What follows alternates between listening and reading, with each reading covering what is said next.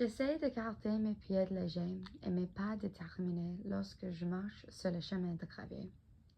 Je pense que j'ai officiellement maîtrisé la capacité de le parcourir pieds nus avec un minimum de douleur. Mettre des chaussures résout très facilement ce défi, mais je suis vraiment douée pour résoudre les problèmes que je me crée.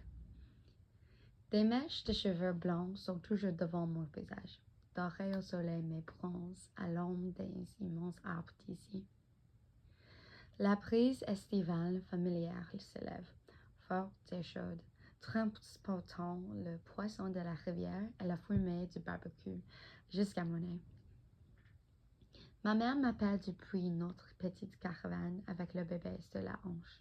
« Reviens vite, Zozo, le dîner est prêt dans environ 10 minutes. » Je regarde en arrière pour dire « Bien sûr, maman !» Puis je continue mon petit numéro d'équilibriste sur le chemin menant au pont. Je saute de gravier à l'herbe, la terre molle sur moi. Je marche le long de la rivière à la recherche de grenouilles solitaires qui ont besoin d'un ami.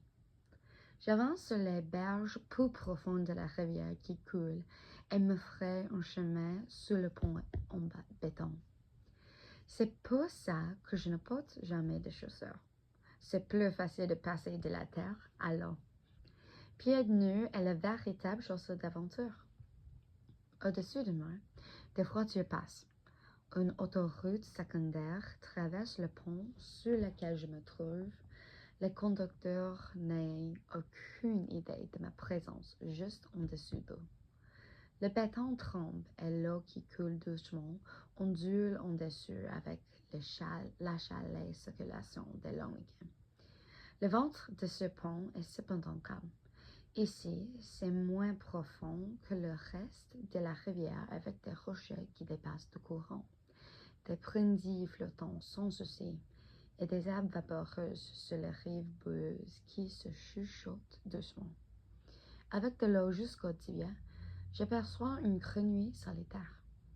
En rampant, je marche silencieusement sur les rochers sous l'eau, faisant de mon mieux pour ne pas perturber le courant naturel. En aval, son corps fait face au mien. Je pense que j'ai une chance. De plus en plus près, je marche. Je dois être patiente. Je dois être intelligente. Je dois être rapide. J'étends mes bras et enroule mes mains autour de la créature visqueuse avant même qu'il ne sache ce qui s'en vient.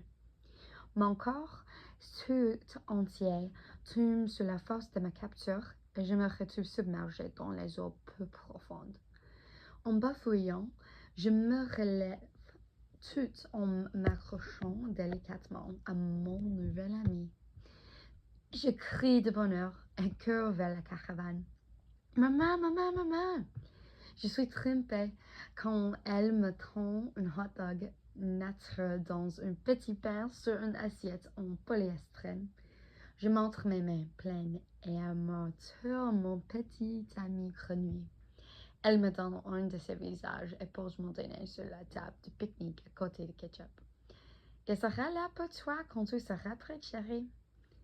Je dépose mon ami et vais me laver les mains en espérant qu'il sera toujours là une fois le dîner terminé.